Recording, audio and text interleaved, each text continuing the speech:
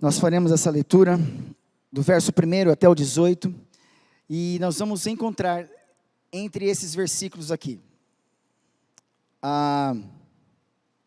uma coisa muito interessante que eu vou falar para vocês, é que, só lembrando, que na quinta-feira passada, nós comemoramos, né, e lembramos o movimento que foi um marco naquela igreja vigente católica naquela época, e que promoveu a reforma protestante, e desse movimento nasceu muitas outras igrejas protestantes, luterana, anglicana, presbiteriana, enfim, muitas igrejas.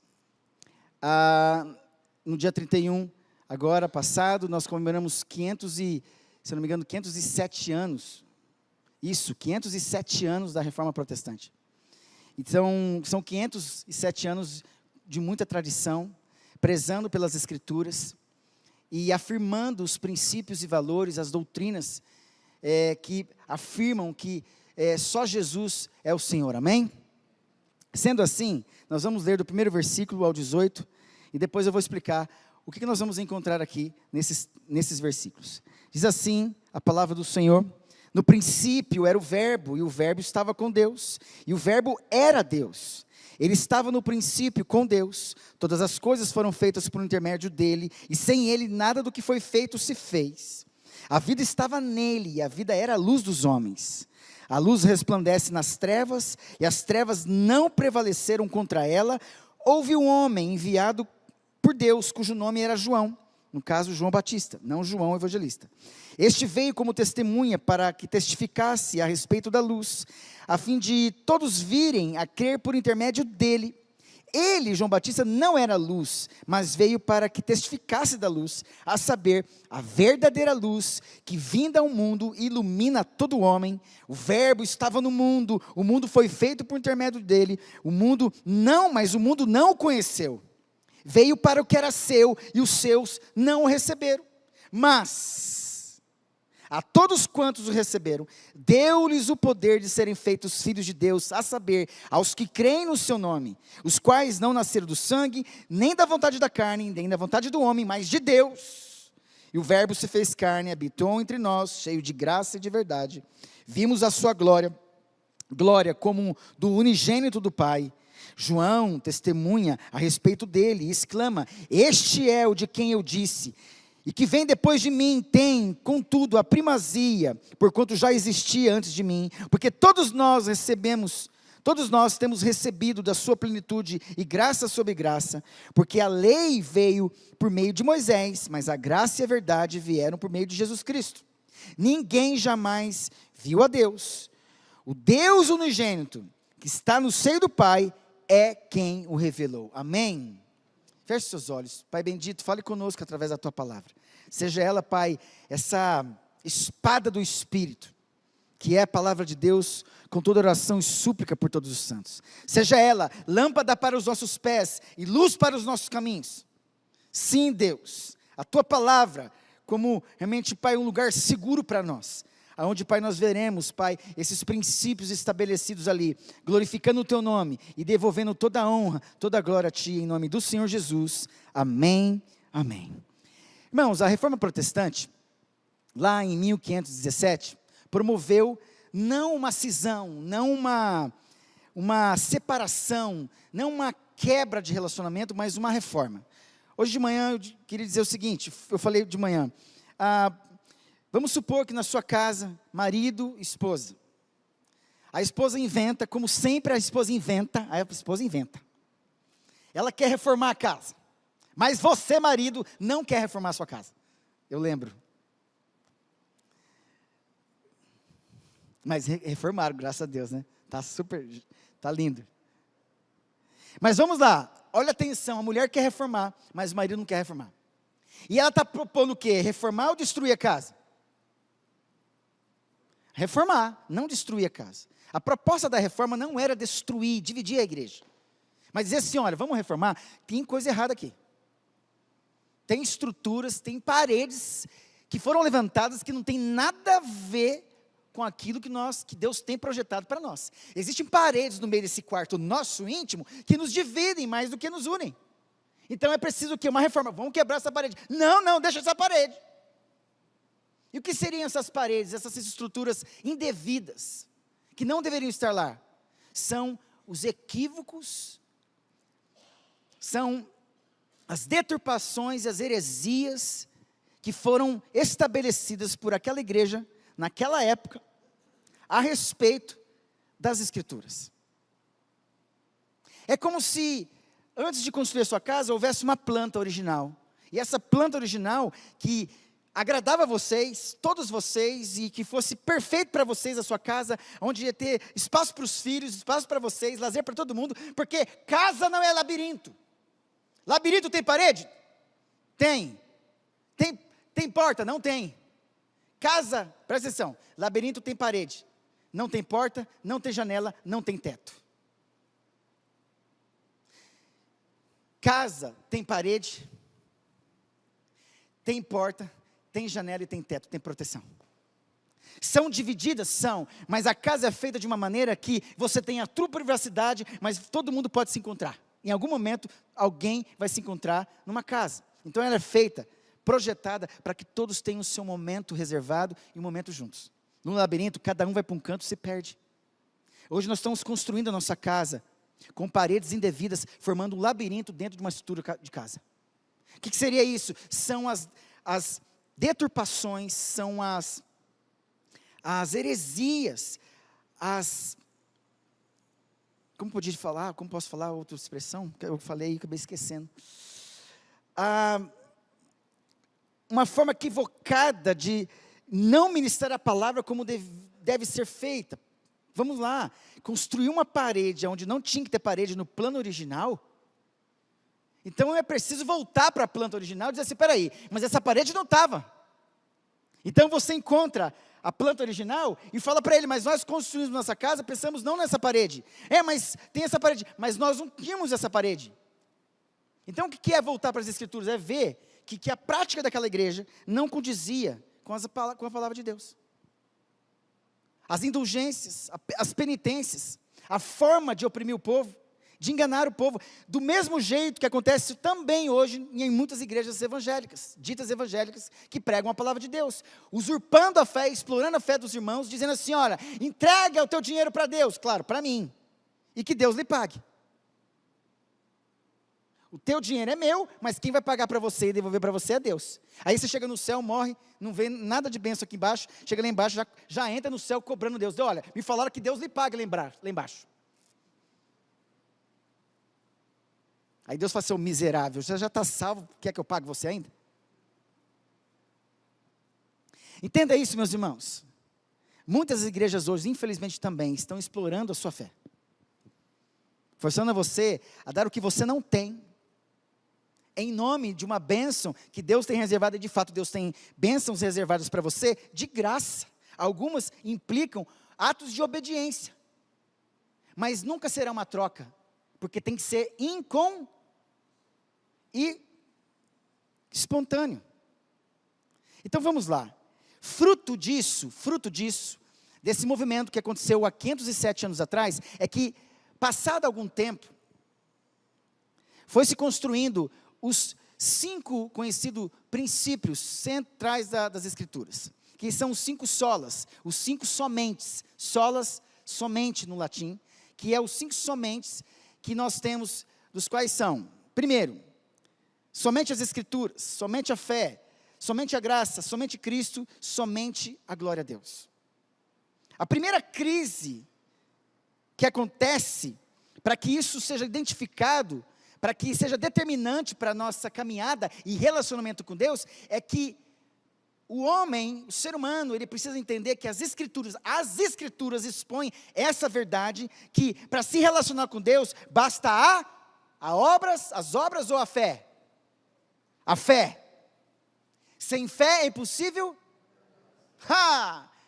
Não fala assim, sem obras é impossível agradar a Deus.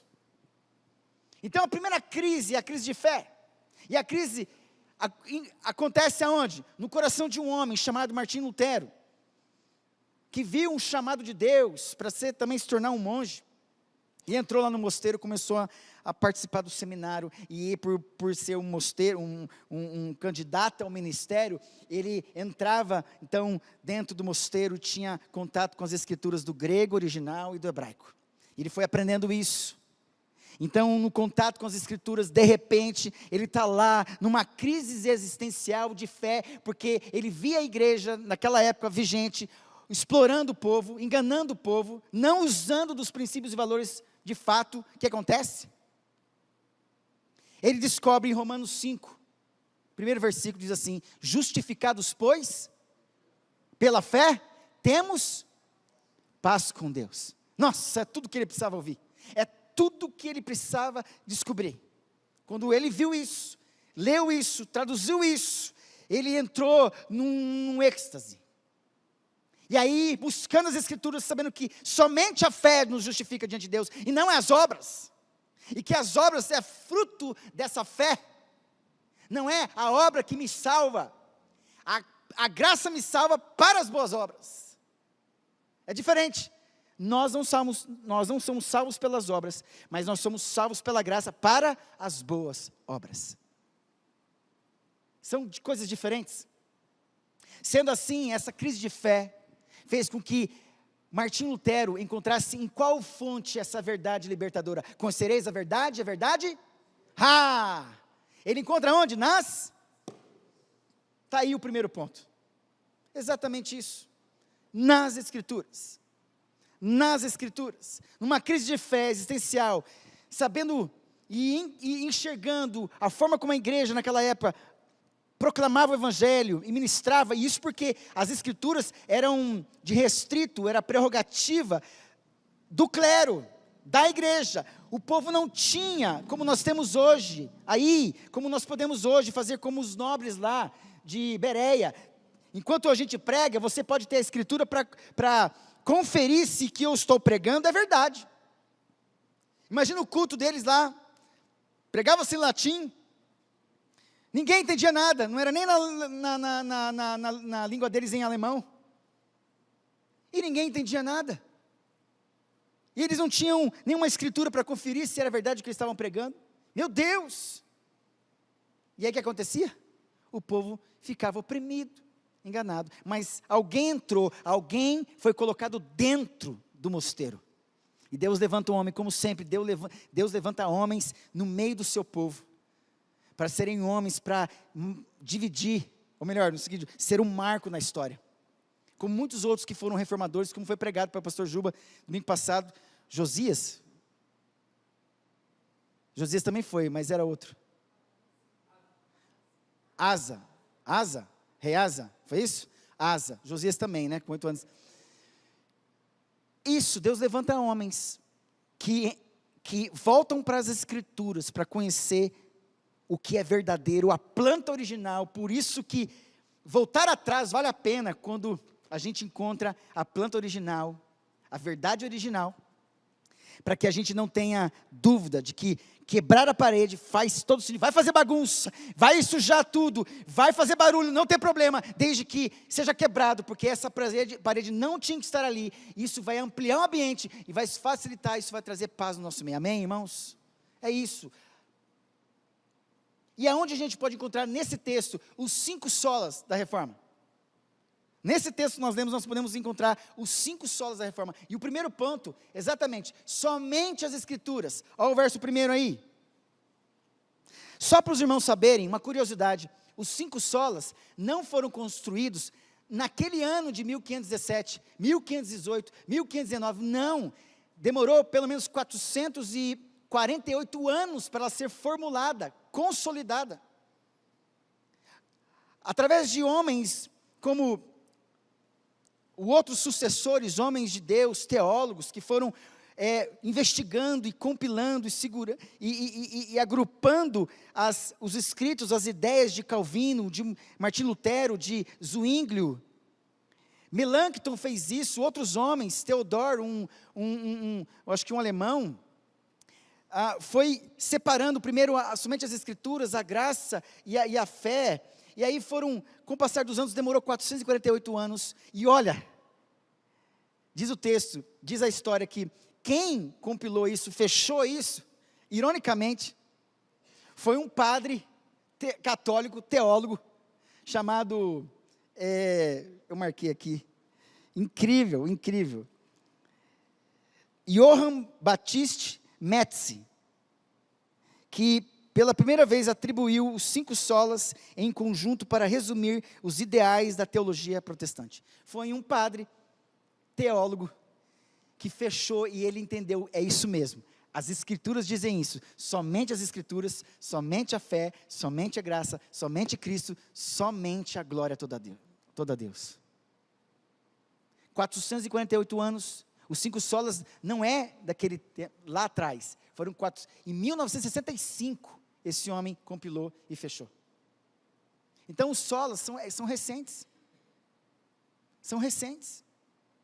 e a igreja protestante foi atribuindo isso, foi aceitando isso. Então, nós encontramos isso em vários textos. Eu fazendo uma pesquisa, aonde eu poderia encontrar os 5 solas num texto bíblico.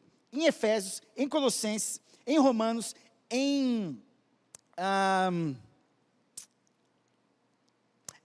eu acho que nesses 5 livros, ou mais, alguns que eu não estou lembrando.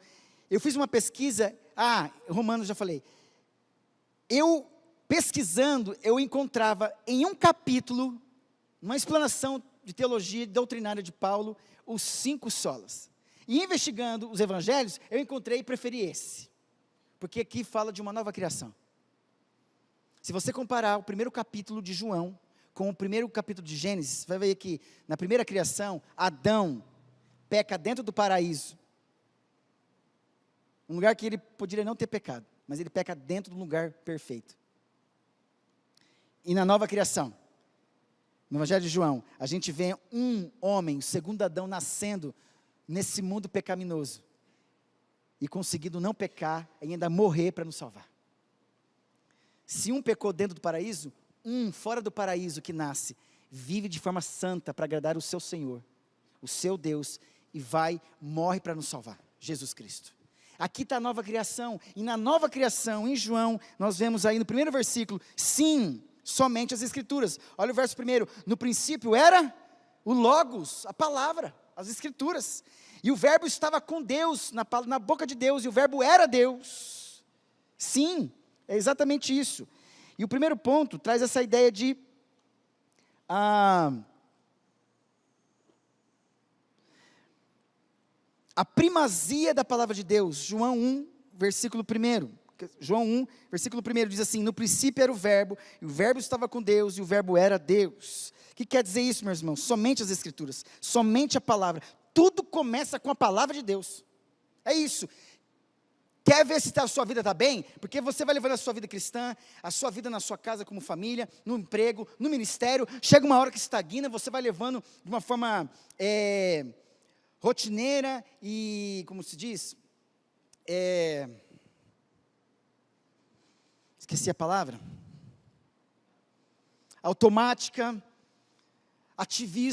um ativismo religioso, tal, e você não para e acha que, porque nessa rotina, tudo vai dando certo, sempre a mesma coisa, só que chega uma hora que estagna, porque você está fazendo de forma automática, não tem mais contato com as Escrituras, algumas coisas começam a dar errado, é preciso voltar para as Escrituras, mas é preciso acontecer dessa forma? Não, a ideia é permanecer nas Escrituras, no contato com ela, a ideia é permanecer num relacionamento com ela, por isso que a nossa vida muitas vezes tem que voltar ao início de tudo, que é a palavra, porque ela tem a promessa, ela tem a palavra de salvação, ela tem a palavra de libertação, é isso, a verdade revelada nas Escrituras, conforme João, 1º capítulo, verso 1, lembra que no princípio era o verbo estava com Deus, e o verbo era Deus, a palavra é a fonte de toda autoridade divina, estabelecendo-se como fundamento para a vida cristã. Presta atenção, Deus quando começa a fazer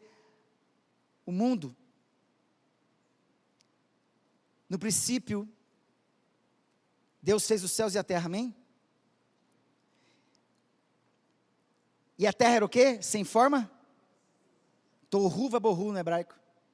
Sem design, sem nada, um caos, e no meio do caos, e disse Deus, Haja luz, ele fala, verbo, ele fala uma palavra. O verbo, ele fala, haja, aconteça. Primeiro verbo é, aconteça. Haja luz e houve luz. E essa luz, como diz Roberto Carlos, é claro que é Jesus. Essa luz é Jesus. Haja luz e houve luz. E essa luz não tem nada a ver com o sol, porque o sol vai ser descrito só no quarto dia, no terceiro ou quarto dia, para dizer que essa luz, ela não é o sol, e essa luz é muito mais brilhante que o sol. Porque o sol é um detalhe na criação. Por isso que muitos povos colocam o sol como um Deus, e não é. A lua e o sol são detalhes na criação. É como a lâmpada dentro da sua casa. A sua casa é maior do que a lâmpada dentro dela. Sabia disso? O sol é um detalhe nessa criação. Ele não é nada perto da terra. Tem muitas coisas que a gente vai descobrir daqui para frente. O sol e a lua são lâmpadas. São luminares para o grande reino que é a terra. A luz que está falando aqui é a luz de Jesus, que quando abrir os céus, aí você vai ver, tudo será iluminado, nada ficará oculto. É diferente a luz de Jesus. Por isso, nas palavras de Deus, criando o mundo, haja luz, Jesus apareceu. Por isso fala, o verbo estava com Deus e o verbo era Deus. Ele estava no princípio com Deus, sim, desde o início. Por isso que a gente precisa voltar ao início de tudo, para a palavra. Quando tudo começa a dar errado, assim como a fundação sustenta uma casa, a Escritura sustenta a nossa fé. Através dela, Deus se revela plenamente, desmascarando a filosofia humana e elevando a verdade infalível da sua revelação. A primeira lição, dentro desse primeiro ponto da primazia da palavra de Deus, somente as Escrituras, é o seguinte: a centralidade da palavra como autoridade divina aponta que toda a verdade revelada vem da Escritura, estabelecendo-a como fundamento para a vida cristã. É isso. Uma ilustração é exatamente isso, a fundação de uma casa. Ninguém constrói uma casa sobre areia. Não construa sua casa na areia. Não construa na beira do mar. Mesmo que pareça chique, é impossível que ela fique, a tempestade vai derrubar. A rocha é o lugar de construir. O alicerce forte que não vai cair, diz a música. As tempestades vão e vêm, mas a paz de Cristo sustém. Tu tens, é isso, tu tens. É isso. A casa na rocha. Pode ser bonito, na beira da praia vai dar tudo certo. Se não tiver rocha para sustentá-la, vai cair. E coloca em risco toda a nossa família. É isso, meus irmãos, a volta para as Escrituras é tudo. Uma citação teológica dentro desse primeiro ponto ainda é: a Escritura é o meio pelo qual Deus se revela, nela está contida toda a vontade de Deus para a nossa salvação. João Calvino disse isso. A aplicação prática é o seguinte: buscar diariamente a direção da palavra de Deus nos ajuda a mudar as nossas vidas segundo a verdade divina. Por isso, quem busca isso aqui não erra, mantém em dia a planta. Por isso que fala: se Deus não edificar a casa, em vão trabalhos que... é isso. Deus tem que estar presente. Nós temos orado em casa. Eu tenho falado para você, eu já tinha falado aqui uma vez. Deus, venha novamente, entra na nossa casa e veja, Pai, se tem algumas estruturas equivocadas, rachadas, paredes levantadas. Porque você pode estar querendo construir uma parede, e é a parede da divisão, da quebra de relacionamento. É aquela parede que começa a surgir no meio da sua cama, entre você e a sua esposa. Onde o relacionamento, a intimidade sexual, a conversa não existe mais, porque você não pede perdão para sua esposa, ela não perdoa, e ele não pede perdão para ela não pede perdão para ele, e aí vai se criando uma barreira, e a gente vai criando o quê? Estruturas de labirinto dentro de uma casa que não tem que ter. E voltar para as Escrituras é saber que eu preciso perdoar o meu irmão, chamar Deus para edificar junto essa casa, porque Deus é que identifica, está fora do lugar isso aqui, não é para ter isso aqui, resolvam entre vocês, encare isso, chame o teu filho, fale com ele, encare, não deixa isso ser construído, porque isso vai dividir você e a sua família. É isso, meus irmãos, voltar para a palavra, voltar para descobrir, seria essa ressonância espiritual magnética ou espiritual poderosa que identifica aquilo que nós não conseguimos ver. O antagonismo dentro desse primeiro ponto é o seguinte: em contraste com as filosofias humanas e tradições, A Escritura permanece como uma única fonte infalível de verdade, confrontando e desmascarando qualquer sabedoria humana que contradiga a revelação divina. É isso. Não só aí fora, como também dentro da igreja, porque tem igrejas que não estão sendo fiéis às Escrituras, pregando de forma displicente,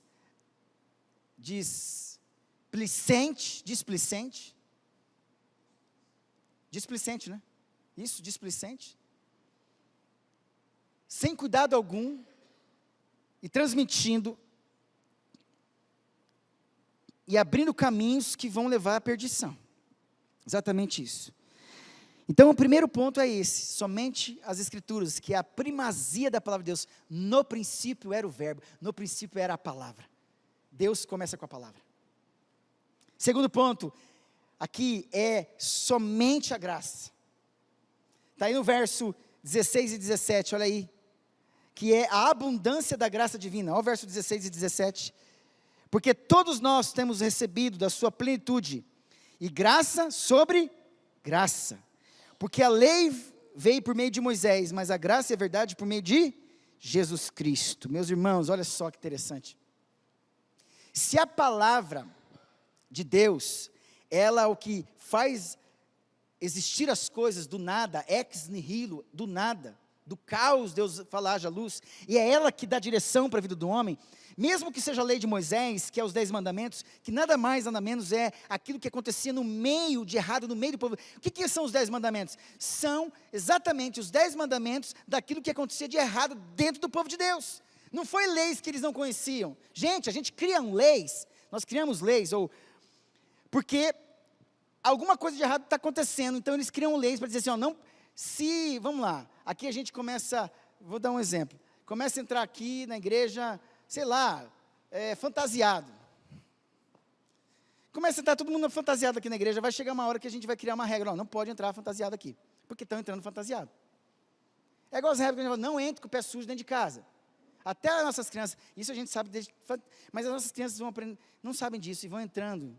E a gente tem que criar regras, certo? É mais ou menos isso. Não terás outros deuses diante de mim. É o que estava acontecendo no meio do povo de Deus. Por isso os 10 mandamentos são criados. Porque estava acontecendo isso no meio do povo de Deus. Então a palavra de Deus vem para corrigir. Volte, eu sou o único Deus. E aí Deus manda os 10 mandamentos para dizer, não tem outros deuses diante de vocês. Está vendo? A palavra volta para dizer assim, a graça de Deus. Sabe o que é a graça de Deus em tudo isso? É dizer assim, que apesar de vocês estarem errando, eu estou dando chance para vocês, através da graça, de voltar às Escrituras, para ver que eu quero mostrar um caminho melhor para vocês. Porque vocês não vão cumprir, apesar da lei de Moisés, vocês não vão cumprir os 10 mandamentos, porque isso só mostra os erros de vocês. Tem que ser por meio da graça e da verdade. Tem que ser de forma espontânea, por obediência e pela fé. Os 10 mandamentos, exatamente, é aquilo que você não vai conseguir cumprir. Quem vai cumprir para você? Só Jesus. E como eu consigo cumprir os 10 mandamentos? Crendo em Jesus que cumpriu para mim. Eu só cumpro os 10 mandamentos quando eu creio em Jesus que cumpriu para mim. Não tem como eu cumprir os 10 mandamentos sozinho, sem Cristo. Porque o fim da lei é Cristo, para a justiça de todo aquele que nele crê. Não adianta eu cumprir os 10 mandamentos, porque eu não vou conseguir, eu só vou cumprir quando eu creio naquele que cumpriu para mim os 10 mandamentos, Jesus Cristo pela fé. Por isso que Jesus vem com a lei do amor. Porque por amor eu não troco de Deus, e por amor eu não mato, não roubo, não cobiço. Como diz os 10 mandamentos. Por amor, por obediência, eu não mato, eu não tenho outros deuses, eu mantenho meu relacionamento com Deus, eu honro os meus pais, eu não mato, não roubo, não faço nada, eu amo. Você quer cumprir os 10 mandamentos? Obedeça a Jesus Cristo. Ele cumpriu para você aquilo que você não conseguiu cumprir.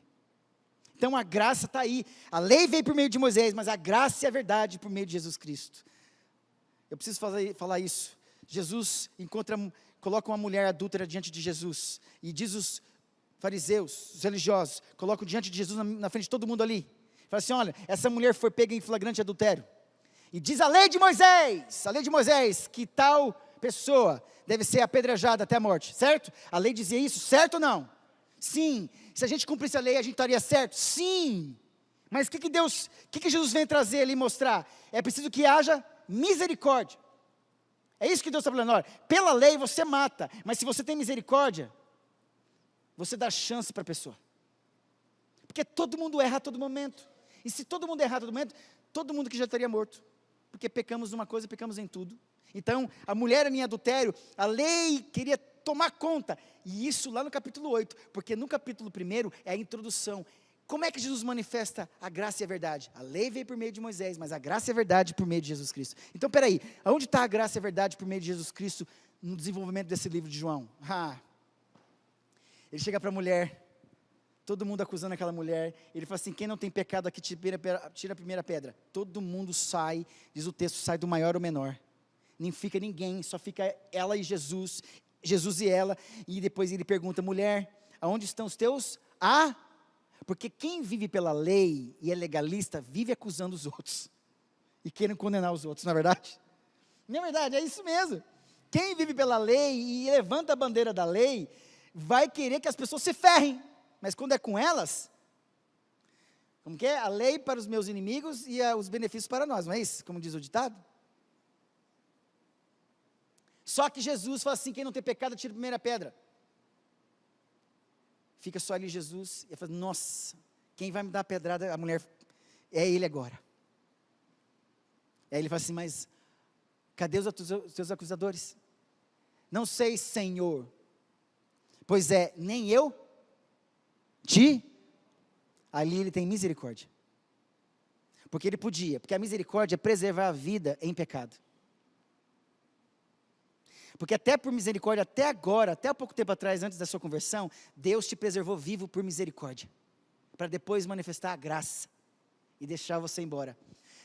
O não ser condenado ali, era a demonstração de misericórdia, coração pela miséria daquela mulher.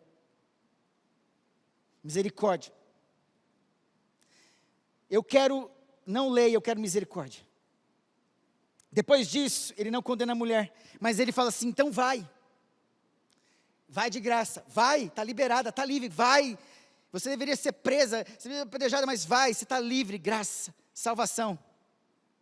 Aí ele fala, espera aí um pouquinho, verdade, não peques mais, graça e verdade. A graça te libera, a verdade é dizer para ela assim, olha, não peques mais, porque a próxima vez que você pecar novamente, pode ser que eu não esteja aqui, e você vai ser apedrejada até a morte, porque o salário do pecado, mas o dom gratuito de Deus é, meus irmãos, presta atenção, quando Jesus, por isso que eu falei hoje de manhã, fala comigo, primeira graça, depois a verdade. A gente inverte às vezes, a gente vai com a verdade e esquece da graça, porque a graça primeiro você conquista, você não arrebenta com a pessoa, a misericórdia preserva a pessoa numa situação de pecado, apesar disso, a graça salva a pessoa da condição de condenação, mas a verdade precisa ser dita, não queira mais viver a vida que você vivia, que pela misericórdia eu não te condenei, eu não te matei. Então a verdade vai fazer com que você seja liberta agora, pelo amor de Deus, não viva mais no ambiente da misericórdia, agora caminhe no ambiente da graça, da salvação, é isso. A gente começa a falar do pecado da pessoa antes, começa a acusar, se você não for, como falaram lá, né, os adolescentes foram pregar na feira ali, eu não sei quem foi que falou, foi direto, né, falou assim, ó, se você não aceitar Jesus, tu vai para o inferno. O cara ficou revoltado lá, eu não quero mais ouvir essa porcaria não. Enfim, a gente, primeiro como Jesus, acolhe, depois a gente abre espaço para falar a verdade. Primeiro a graça, depois a verdade. E Jesus fala assim, vai e não peques mais. Então essa mulher com certeza, depois deve ter voltado para Jesus e agradecido tudo isso. Meus irmãos, é isso, a graça. A graça é um dom abundante e merecido que substitui a condenação da lei pela salvação em Cristo. Como um pai que perdoa repetidamente os erros de um filho, Deus oferece graça sobre graça, uma generosidade sem limites para com os pecadores. E é verdade, alguém mandou embora o filho aqui porque pecou uma vez? Mandou embora porque pecou 2 vezes? 3 vezes? Quantas vezes os filhos de vocês aborreceram vocês? Muitas vezes. E mesmo que ele tivesse sido preso, ele ia continuar sendo seu? O filho pródigo deixou de ser filho porque fugiu de casa? Porque abandonou a casa? Não. E quando ele volta, o miserável, ele volta pensando, ele é filho, ele sabe que é filho, mas vem pensando com uma oportunidade de como servo. Só que quando ele volta, quem busca ele? Quem recepciona ele? É o patrão? É porque o pai não muda o caráter. A crise não está com o pai, a crise está com o filho. O crise não está na paternidade em relação a Deus, está em nós. É a gente que tem dificuldade de voltar. A gente não aguenta ficar presente com o pai. Porque o pai sempre está falando, não faz isso, meu filho. E a gente não quer ordem, a gente não quer regra, a gente não quer obedecer, então a gente quer se aventurar. E às vezes a gente arrebenta a cara e volta depois. E quando volta, o pai está esperando para mudar a sua vestimenta. Colocar um anel no seu dedo. Fazer uma festa para você. Dizer assim, você não vai comer comida de porco não, tu vai comer um cordeiro melhor que eu separei para você. Está aí. É um exemplo a não ser seguido. Filho pródigo é um exemplo a não ser seguido. Então permaneça dentro de casa. Não como o filho mais velho também. Ingrato. Sem usufruir das coisas do pai. Amém, irmãos? Graça. Terceiro ponto, eu vou terminar, pelo amor de Deus, segura aí. Você vai comer o seu lanchinho em nome de Jesus. Somente a fé. Está aí no verso 12. A fé que nos torna filhos de Deus. Olha o verso 12. Mas a todos quantos o receberam, deu-lhes o poder de serem feitos filhos de Deus, a saber, os que creem os que creem no seu nome. Os que creram no seu nome foram os que receberam Cristo, por isso Cristo os tornou filhos. Olha só, que parece que depende da minha fé nele para eu me tornar filho. E não é isso que o texto está dizendo. Olha o versículo posterior. Os quais que creram, não nasceram do sangue. Não foi por meio do sangue, eu sou filho do fulano de tal lá na igreja, então já sou salvo. Não. Nem da vontade da carne, não é porque você quis. Nem da vontade do homem algum, mas de Deus. Deus fez você crer em Jesus Cristo e você se tornou filho de Deus por meio da fé. Pela graça sois, mediante a fé não vem, é dom de, se é dom de Deus a fé que existe dentro de você, então você não tem mérito nenhum sobre a fé que você tem, nenhum mérito, porque daí a fé que está dentro de você só está esperando vir a proclamação da palavra. A fé vem por ouvir. Então a palavra vem primeiro pregando, como agora, ela vem pregando, e ela vai pregando, vai sendo proclamada, de repente é despertada a fé dentro de você. Isso mostra que a graça já agiu dentro de você, já colocou fé dentro de você, e você vai responder e vai se tornar filho de Deus. É isso, meus irmãos.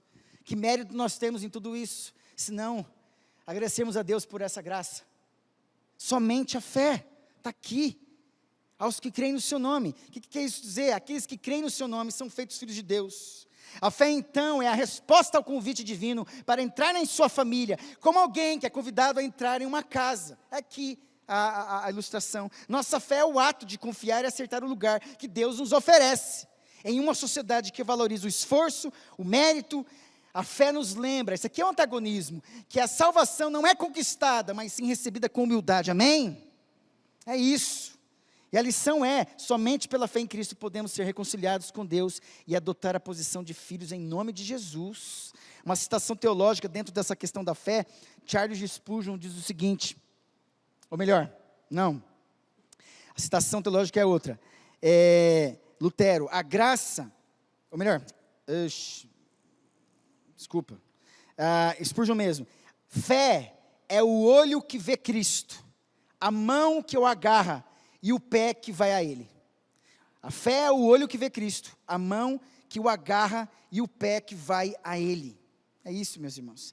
Sem fé é impossível agradar a Deus, porque é necessário que aquele que se aproxima de Deus, creia que Ele existe, não que sinta que Ele existe, veja que Ele existe, porque Ele é galardoador daqueles que buscam. Não é sentimento, meus irmãos, por isso que eu coloquei aquela mensagem no grupo de louvor. Sensações constituem sim, aquilo que envolve as emoções, como a música, que muitas vezes envolve. Só que às vezes, na nossa vida cristã, não existe um fundo musical, tem que ser pela fé, de forma muito racional. As sensações, elas envolvem as nossas emoções, e aí a gente faz a nossa vontade. Às vezes, a nossa fé é só sem um fundo musical, ou só sem sensações algumas. Deus, eu creio porque eu creio em Ti. Não tem nada que eu sinto, porque a Bíblia fala para quem... necessário aquele que crê, não que sinta, que veja. Creia que Ele existe, é isso, porque o Senhor existe. Não pelo que eu sinto, porque tem um fundo musical, não é isso. É porque eu creio em Ti.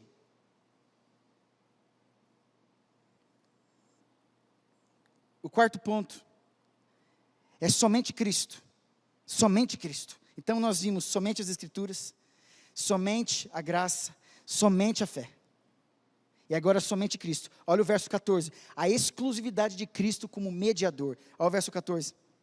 A primeira parte do verso 14 diz assim: e o verbo se fez carne e habitou entre nós, cheio de graça e verdade. Até aqui. O verbo se fez carne, entrou, habitou, fez uma tenda entre nós, cheio de graça e de verdade. Meu Deus. O que ele quer saber? O que ele está falando sobre isso aqui? Somente por meio de Cristo temos acesso ao Pai. Assim como uma ponte, uma ilustração, é o único caminho entre duas margens. Em um mundo que oferece diversos caminhos espirituais, Cristo permanece a única verdade, o único caminho para a reconciliação com Deus. Sua encarnação aqui e sacrifícios revelam o imenso amor de Deus, chamando-nos a centralizar nossa vida nele e vê-lo como resposta para a nossa salvação. João Calvino diz assim sobre somente Cristo: Cristo é o centro da teologia cristã, fora dele não há salvação. Meus irmãos, Cristo é o centro da teologia cristã, fora dele não há salvação. Qual é a aplicação aqui? Devemos centralizar Cristo em todas as áreas da nossa vida, reconhecendo-o como o único Salvador e Senhor das nossas vidas, amém? Por isso somente Cristo, Ele é exclusivo. Presta atenção, o Evangelho, ele é inclusivo, certo? Ele alcança todo mundo e dá chance para todo mundo. Não obstante, ele propõe um caminho exclusivo. Jesus é o caminho, a verdade e a vida. A exclusividade abre espaço para a inclusividade. Não obstante, o caminho é exclusivo.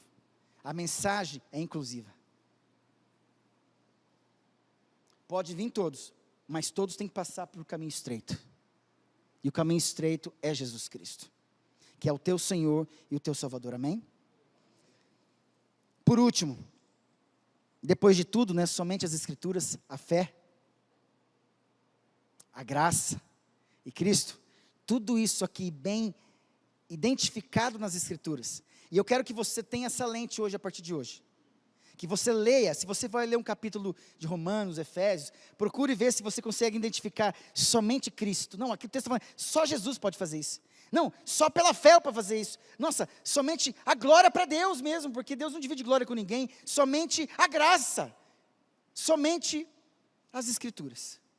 Você vai ler diferente, e você vai chegar em mim um dia, pastor, eu consegui identificar pelo menos 3 solas.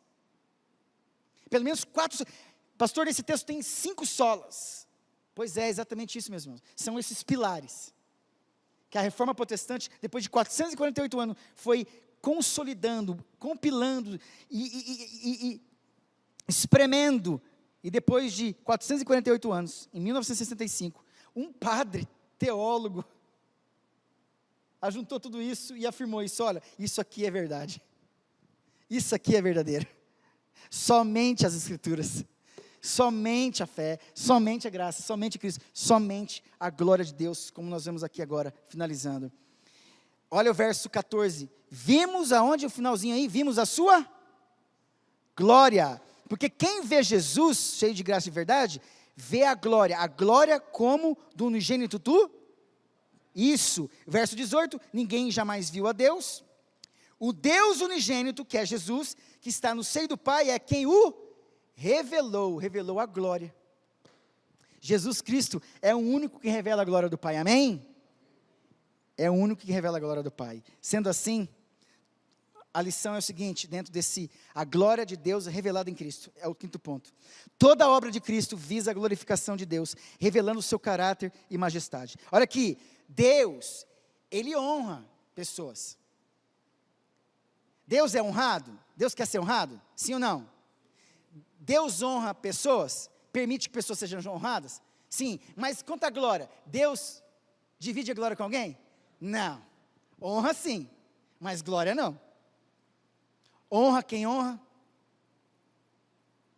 mas Deus não divide glória com ninguém. Até a honra que você recebe, ela tem que trazer glória a Deus. Entende isso, meus irmãos? Jesus é o único que traz glória para Deus. E nós estamos terminando. Assim como uma obra-prima reflete a habilidade do artista, a vida e a obra de Cristo refletem a glória de Deus ao mundo. Jonathan Edwards diz assim: tudo que Deus faz visa a sua glória e a manifestação da sua majestade. A aplicação é: viver para a glória de Deus implica em usar nossos dons, talentos, recursos para exaltar seu nome em todas as áreas da nossa vida. E o pensamento contrário a isso é: contra a idolatria ou glória humana, somente Deus merece a verdadeira adoração, louvor, destacando nossa dependência absoluta dEle. Finalizando, os 5 solas apontam para o centro da vida cristã. Primeiro, a primazia da palavra, a suficiência da graça, a necessidade da fé, a exclusividade de Cristo, a glória devida somente a Deus. Através desses princípios, somos chamados a viver como nova criação em Cristo, refletindo a redenção, o propósito divino, como filhos reconciliados e adoradores de um Deus gracioso. Nossos corações e vidas devem testemunhar a verdade eterna de que a nossa fé é sustentada pela palavra, alimentada pela graça, afirmada pela fé, centrada em Cristo e vivida para a glória de Deus. Amém? É sobre isso, meus irmãos. É sobre isso. Custe o que custar, doa o que doer, chovendo ou não chovendo, tendo um fundo musical ou não fundo musical, tendo sensações ou não. A questão é a seguinte: Deus, eu tenho fé em Ti, o Senhor existe, e é isso me basta, para crer em Ti, para eu acreditar que o Senhor pode aparecer e fazer alguma coisa. É somente isso, meus irmãos, é somente isso. E a gente encontra essa verdade na vida de outros homens e mulheres de Deus, que em momentos muito difíceis, apenas creram e confiaram em Deus. Não teve nada que entrou, somente a fé em Jesus Cristo, somente em Deus, que fez que os milagres acontecessem. Foi porque eles creram que Deus é o único Deus, que os 3 jovens, Sadraque, Mesaque e Abednego, foram levados para a fornalha de fogo, porque eles não se dobraram diante da imagem de Nabucodonosor. Olha, rei, se Deus quiser nos livrar, Ele nos livra. Se Deus não quiser, está tudo certo. Mas a gente não vai se dobrar diante da sua imagem. É sobre isso, meus irmãos. Se Deus quiser, ok, se Deus não quiser. Só que eles foram lançados. E aí o que aconteceu? Quando eles foram lançados, a fornalha estava tão quente, que quem morreu, foram quem que morreu? Os soldados. E quando eles caíram lá dentro, eu não sei como que enxergaram lá dentro. 4 pessoas, eram 3, mas como que tem 4? Pois são como o filho do homem, como é esqueci o termo. Um anjo, alguma coisa assim. É sobre isso, meus irmãos. A gente vai ser levado para, Deus não vai tirar a fornalha de fogo da gente, mas vai estar com a gente dentro da fornalha. Não vai tirar a cova dos leões, mas vai estar com a gente dentro da cova dos leões. Tudo por conta do que nós confiamos no nosso Deus, amém? Fique em pé, por favor.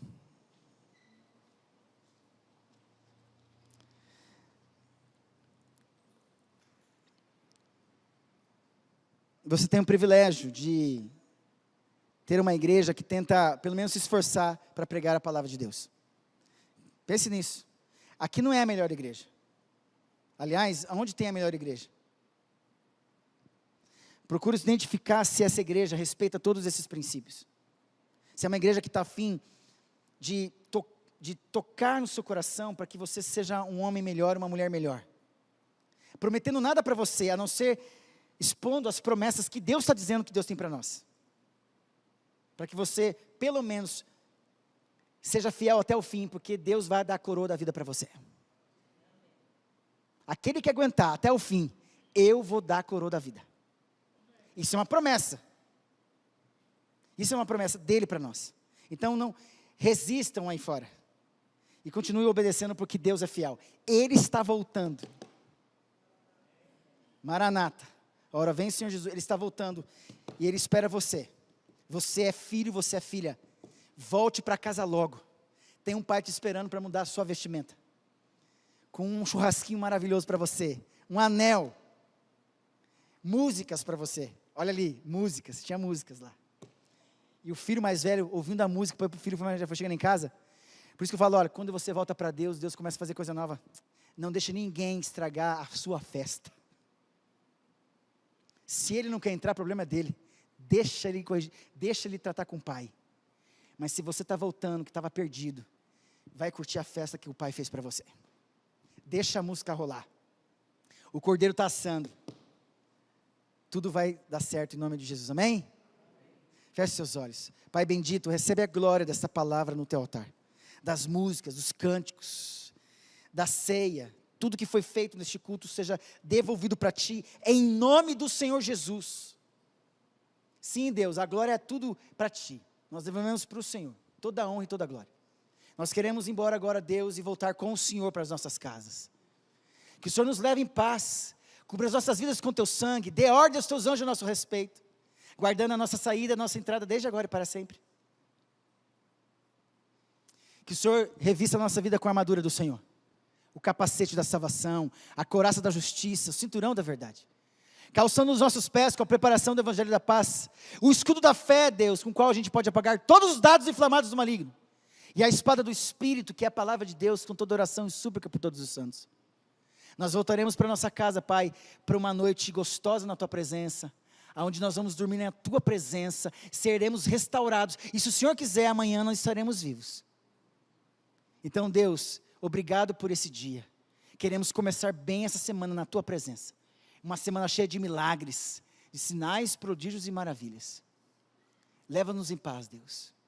Povo de Deus, receber a bênção do Senhor. Que o Senhor vos abençoe e vos guarde. Que o Senhor faça resplandecer o seu rosto sobre vós e tenha misericórdia de vós. Que sobre vós levante o seu rosto e vos dê a paz. E que a graça do nosso Senhor e Salvador Jesus Cristo, a comunhão do Espírito Santo, o amor de Deus e paz, esteja com você hoje.